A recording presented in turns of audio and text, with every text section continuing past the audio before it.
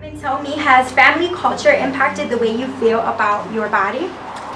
No, and then yes, because I don't know, growing up trans, like you need to go through kind of like two different puberties. So like the second puberty that you actually want to go through, a lot of the times we don't have our family to be there, our biological family, to influence our femininity, our masculinity, or whatever. So you start to construct your own femininity and like what does that look like for you? So there'll be kind of like fashion notions and markers from like my mother, my sister, my grandmother that I don't have at all because they didn't influence the way that I made my own femininity.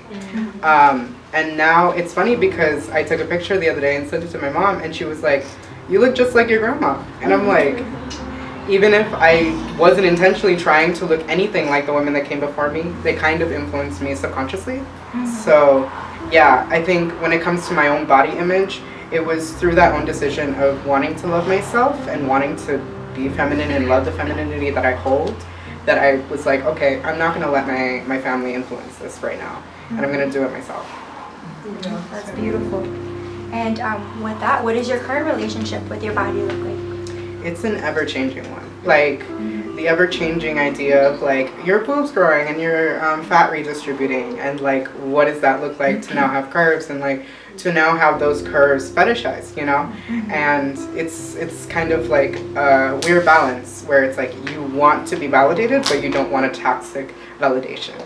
So like what does that look like?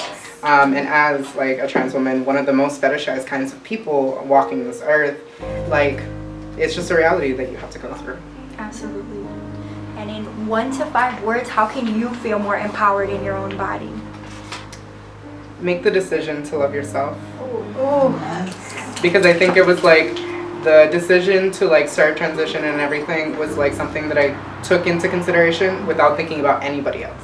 The first time I ever thought about just me and nobody else. So making that decision to love yourself and to embrace that, your curves and your wholeness is something only you can do. So.